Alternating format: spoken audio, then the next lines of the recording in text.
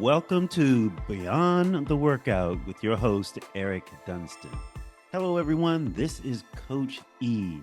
I just want you to know that anything you hear on Beyond the Workout podcast is just information only. It is not a diagnosis for your issues. So anything you hear for well being, nutrition, fitness, exercise, any of those things, just take it that way as information. If you need help for a specific situation, please seek a professional. See your doctor, see a professional personal trainer, and they will diagnose your issues and they will take care of you.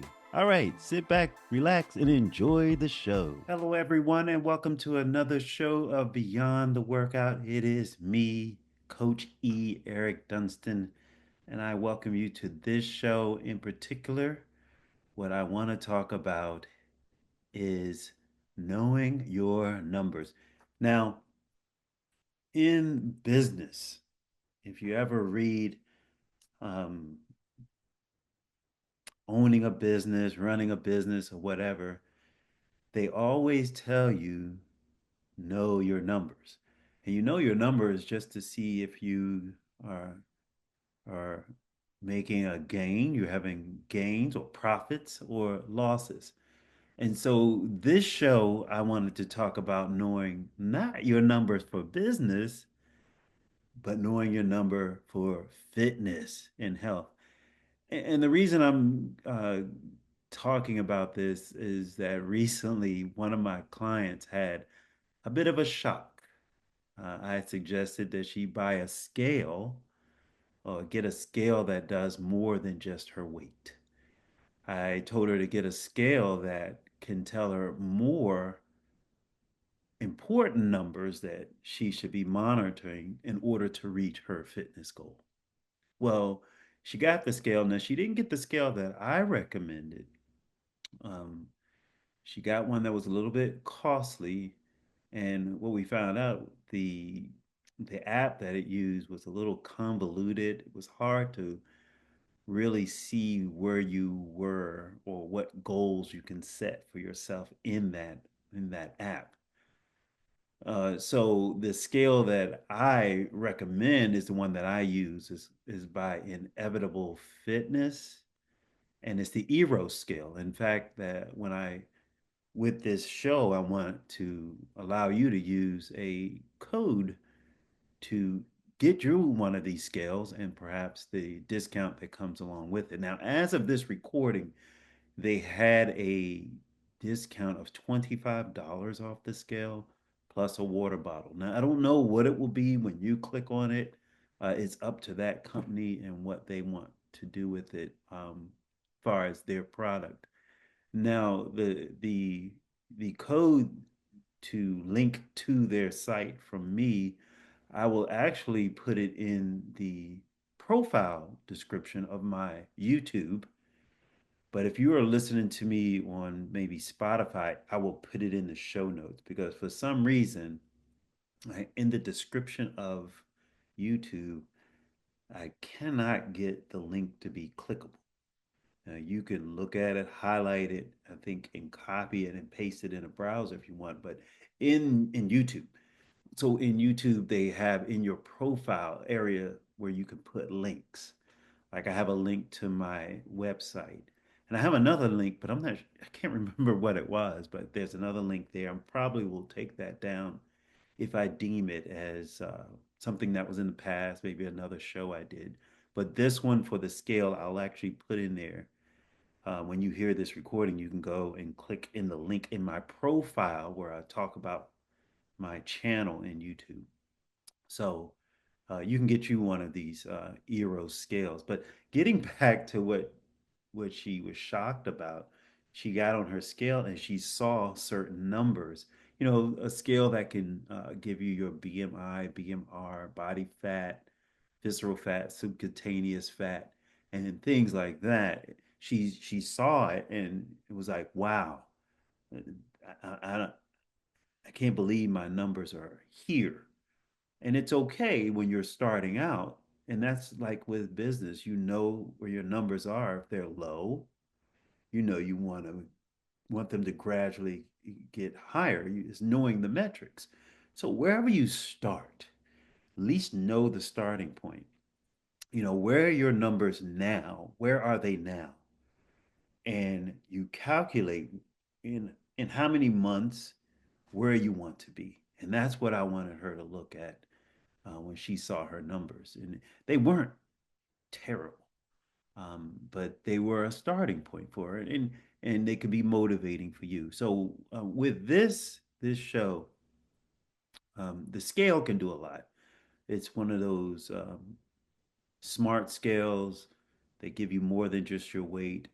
Um, like I just mentioned, it's called, I think they say it's an impedance scale for how it reads through your body. And I tell everybody, scales like that are a plus or minus maybe 5% on accuracy. So you could be off by, you could be higher by 5%, you could be lower by 5%. But that doesn't matter when you see where your numbers are at the beginning. And then each week when you measure yourself, and I recommend measuring yourself on the same day at the same time, preferably in the morning every week. You know, you wake up, you go to the bathroom, you don't take in any fluids, you don't eat, but you measure yourself with the least amount of clothes on as possible. If you be fully nude, that's fine. It's just you, the scale, and you're in your bathroom. Measure yourself, and it will record that number to your to your phone. It has an app that you it will record that and save it for you, the date and all.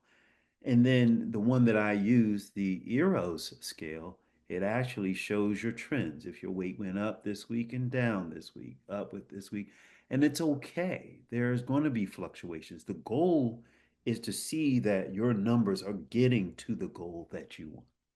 And so in this show, I just want to break down the areas I feel on the scale that are important to you, should be important to you, uh, and they're not that confusing.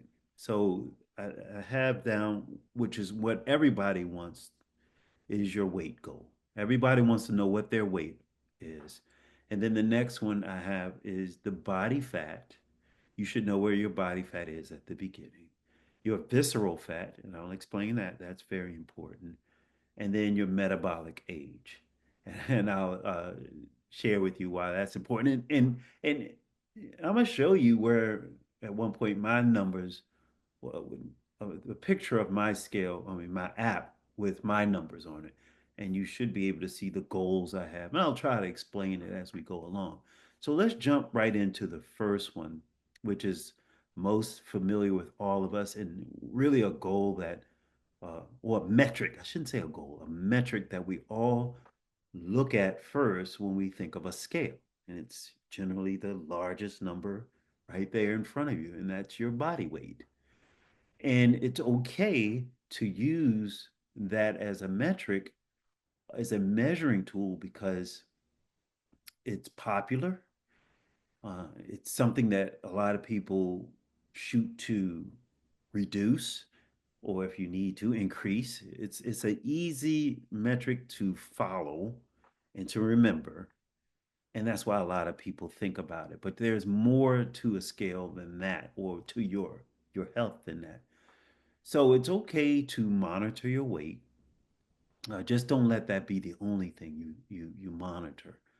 Because like a smart scale, like the inevitable fitness scale, it gives you a more complete picture, and because there are other things it measures, and it will show you your trends as you're trying to lose weight. But when you think about losing weight, the simplest thing to consider in helping you reduce your weight is to have a calorie deficit. What does that mean? A calorie deficit is you burn more calories than you consume. Now, I am not an advocate of counting calories, but if you are, you know, you have to know based on your body weight, your goals, your height, things like that. What is an ideal amount of calories per day that can help you lose weight?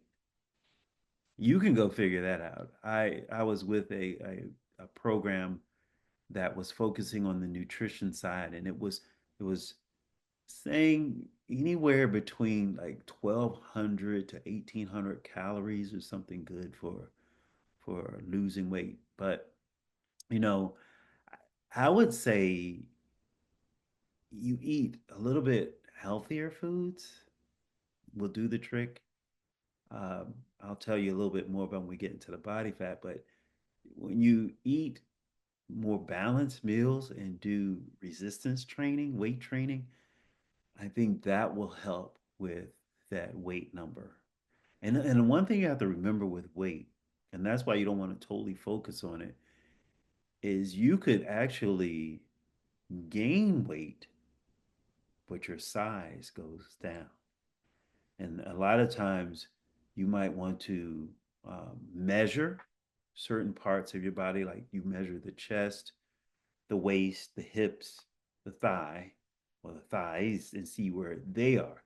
And then you take before and after pictures of yourself. So for maybe once a month, you take these pictures of yourself in the front, on the side, and from the back. And it's good to wear a bathing suit, a swimsuit when you do that, because you can see more of the areas that you want to see changes in. It's a better visual for you. And it's you should kind of do it in the same, like up against the same wall, wearing the same bathing suit or swimsuit if you can, and do it once a month. It's good enough, and you can see the changes. So that's a little bit more concrete than just going by your weight, which could fluctuate. Then the next thing on the scale I want you to focus on, I hope you understand that about the weight. It's just a small piece of the puzzle when you're measuring or seeing where your numbers are. Because the next thing I want you to focus on is your body fat percentage. Now, this is where things get a little interesting because body fat percentage measures how much your weight comes from fat versus your muscle mass. So if you have, I always use the easiest metric is 50% fat. Your other weight is 50% muscle. Now, no one wants to be 50% fat. That's just probably possibly dangerous. So, but it just you just don't want to be in that metric. Most people are in maybe 35% body fat. But what I've heard is you don't want to get into the single digits. Usually athletes are in the single digits, like 8%, 9% body fat. It is really tough to stay in that range. Now I don't have the data in front of me, but from what I have learned is that men should stay around perhaps the 12 to 15%, and the women around the 18 to 22, 25%. So uh, you can look that up to know what the recommended numbers are, but we're all different. So it's just a scale, a range that is recommended that's thought to be healthy. But let's just say you wanted to work on your body fat. You see it on the scale. Maybe the scale says your body fat is 30%. Well, think about trying to reduce to the highest number of the healthy range. And the scale that I have will kind of tell you it's been programmed to say, well, a healthy range of fat is percentages here. And it's something you can shoot for. So let's just say for women, it's 18 to 25%. You're 30%. Isn't it a lot easier to reduce down 5% than to say, okay, go from 30 to 20? Well, if you go from 30 to 25, eventually you can start working down on those numbers. If that's something you desire, if you feel good at 25% body fat, it's fine. It's okay. Just see how your body feels. Now, uh, to reduce body fat, I'm going to say it over and over again, it's weight training, strength training. That will help. And doing cardiovascular exercises like walking, swimming, biking. And if you're going to walk, you can walk at your job. You can find times to get up and go walk around the building, outside the building, or inside the building. I went to some place to do some work, and this woman, there was a long hallway where no one really used, and the woman just went up and did her laps. She walked up and down that hallway. She sped up, and I'm like, "What are you doing?" And she was like, "I'm getting my laps in," which is good. You can park farther away from your job and walk. You can park farther away at grocery stores and walk. Just make sure you're always moving. But I really do recommend like the strength training. Um, knowing basic exercises, which my Better BETTER program focuses on. And if you like to try that out, I am taking on people now to try it out. Just sign up, and it's at a very reduced rate if you want to try it and see the steps that I take you through for that better program. It stands for it's basic EMOM, time under tension, and Tabata. It's four different styles of training, but using basic exercises, the standard exercises, nothing that's outrageous, but you can do them all within these four different forms of workout. And then the E stands for eating, and then the R is for rest recovery. So I want to focus on the eating part, eating right. And that's kind of what I'm trying to focus on here, but measuring what eating right will do for you. And I'm going to do more shows on that. And even the one on the R, rest, I do want to get into sleep and this method that I've tried, which I think you can try too. But getting back to this, uh, eating a balanced, rich, uh, balanced diet, rich in whole foods, will help with burning that body fat. So that's what we want to consider in how to target, not spot not spot reduce, but target certain areas of the body to get the body burning, these that body fat, because that's what we want to reduce. So I hope that's clear. I hope you understood that portion of the scale. We look at where we are, where we want to get to, but do it in um, increments, not too fast, to make sure that the scale is taking the body fat down and that we're eating correctly, exercising correctly to make that happen. Because then the next one to me is very crucial and important, and it's called the visceral fat. Now, a lot of people don't know much about what visceral fat is. This is the fat that surrounds your internal organs.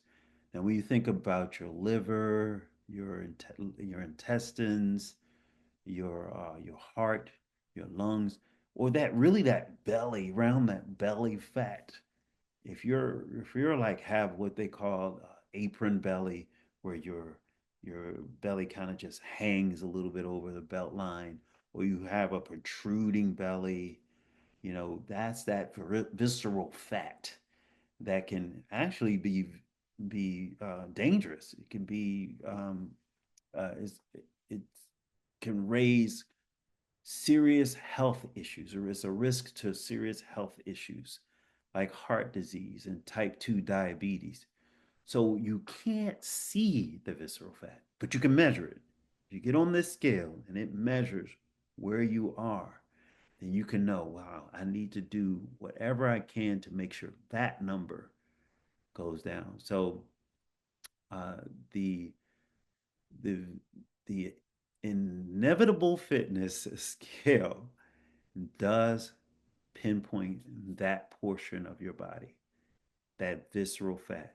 Now, the one thing you want to prioritize to help reduce that, like I said, you can't spot reduce. You can't say, I'm going to just do a bunch of sit ups and crunches and get rid of this fat around my midsection. No, it's a whole body um, action or activity to like think about that body fat when I work on that. And usually that visceral fat is the hardest one to get rid of.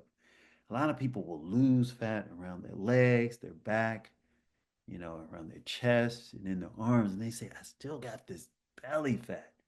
Well, you got to work even harder, prioritize high fiber foods, lean proteins.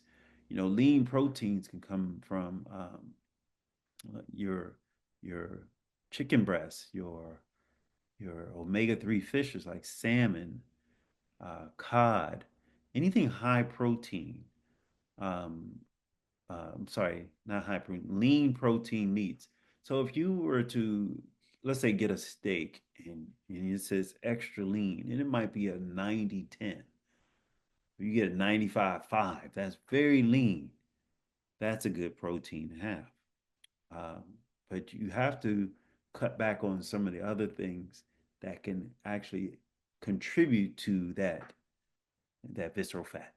And that's your sugars and processed foods and refined carbohydrates. Now, I'll tell you something that I've learned about fat or the body. The body, when it tries to use energy, uh, the saying is the path of least resistance. So the body, when you expend energy, if it's going to use carbohydrates, fats, or proteins to expend the energy, it's going to go for the simplest first. It's going to go for the sugars. That's easier to burn. So if you consume the sugar, then your body burns it. You consume more, and it just burns that. It doesn't attack the fat. So the way what I recommend is you don't have don't start your day with sugary products. Don't start your day with breads and muffins and cereals and even oatmeal is a carbohydrate, a starchy carbohydrate. Uh, if you have that, that's putting these sugars in your body. Then you go out and handle your day. Your body is just burning that. Suppose you start your day with a high protein breakfast. You might have eggs. You might eggs. I like to have like an omelet full of vegetables because now you're putting this protein and this fiber as carbohydrate in you. It's not a sugary carbohydrate. So when your body needs energy to burn, the next thing it's going to try to burn is the fat because it's harder to burn protein. So, or harder to burn muscle. So you want it to target the fat, and so you start your day with a high protein meal. And I really encourage people to try to do that. See what recipes are that you can do for 30 days and just watch the change. And you'll thank me later, I promise. So moving on to the next one. And let me go ahead and see if I can show you a picture. I hope that was clear about the visceral fat. Prioritize high fiber foods, lean proteins, and cutting back on processed sugars and refined carbs. So wait, let me just go a step back with that one again. So if you were to have fruit or fruit juice, always choose the fruit because then when it talks about prioritizing high fiber foods, you get the fiber with the fruit when you have the whole fruit. So don't have the orange juice, have the orange. Orange and some water. Don't have the apple juice, have the apple with some water. So there you go. You have your fiber and your nutrient dense food. It's a natural sugar. It's okay. But if you can, I try to say don't have it in the morning, have it in the afternoon when you're really burning off energy. So that's just Coach E's recommendation. Don't hold me to that. Don't go around saying that's what I said and that's the only way and the best way for you. Know what's best for you. So the the next one, and this is actually the last one, which is interesting to me. It's the metabolic age. Now, let me see if I can share my screen because I want you to now actually look at my uh, uh, a picture from my app. that shows. Let me see if I can share that. I don't know if you can actually see that. I hope you can see that. But if you look in the bottom right, that's the bottom right, it says metabolic age. Now I'm actually 59 years old, but mine says 61. My metabolic age is 61. So this number compares your body's metabolism to the average metabolism of someone in your age group.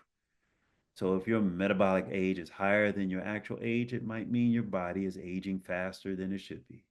And that's often due to inactivity or poor dietary habits. Now, I'll tell you, that's not me. Uh, Not me. I'm not sedentary, and I strongly don't consider myself having poor dietary habits. But um, I really feel like that number is focused on the two numbers at the top that are in orange, the weight and the BMI. So I have a feeling that the scale reads that, and so I am 5'8.5", and I always round that up to 5'9". That and my weight should be around 165 according to the American standard for human body. My height, I should be like a 165 to not be in the obese, obesity range. And I think it's looking at that and it's calculating that as part of my metabolic age. I don't know it for sure. But if you exercise regularly, especially strength training, it helps improve muscle mass and metabolism. And you want to focus on your diet that fuels your body, not just fills it. And to help with that metabolic age number, sleep and stress management also plays a role in keeping that number low. So I'm going to keep this up here for a little bit because I want you to notice like the colors, which I love about this scale.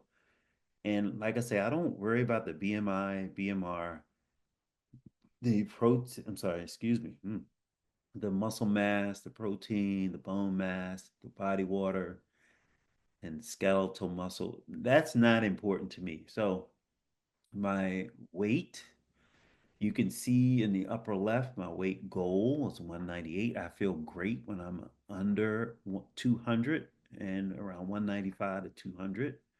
So that's my goal. So if I'm at this range, I'm comfortable there. And you see, I have a body fat goal of 10%, and I am really way off from that. So you can see it says 17.9. But if I got to the 15, 14%, I would feel great about that. That'd be great for me. But my visceral fat is at 11. And you can see it's not dark green like the protein and the muscle mass. So that lighter green means I'm not quite there yet. So that's what I love about this scale. And at the bottom, I don't know how much you can see, there's some things blocking it, but just right there next to the word my account, there's tracking that will actually show the trends, how your weight has done, how your numbers have fluctuated over time. So, that, let me stop sharing now. So that is what I wanted you to benefit from this show and consider getting yourself one of these smart scales. And like I say, this one I'll post a link um, to my actual page for this scale, to this company. And usually they always have discounts on it, I, like $20 off, maybe $25 off. Uh, get yourself one and start measuring and knowing where your numbers are. That is the first step to making real progress in your fitness journey. So that inevitable fitness Eros Smart Scale gives you insight into your weight, your body fat, your visceral fat, and your metabolic age, metrics that really matter for your health. So don't forget to go into my profile, click on that link, and just look around. read up a little bit more on that scale and see if it's something that you want to get. And, you know, get serious about understanding your body and making changes that lead to a healthier, fitter you. So please, everyone, stay consistent, stay motivated, which that scale, though knowing your numbers will help you stay motivated, and let's keep moving forward together. So I thank you all for tuning in to Beyond the Workout here. This episode, I'm hoping, has really given you some value of knowing your numbers, like if it was in business, seeing where your progress is, and making that progress. So, okay, keep crushing those goals. Make those goals. See where your numbers are and see where you want to be. That's it for now. This is Coach E signing out. Thanks for listening to Beyond the Workout podcast. I hope you enjoyed the show. Please be sure to check me out at ericdunston.com and subscribe to my YouTube channel, Physique Improvements. Take care, everyone.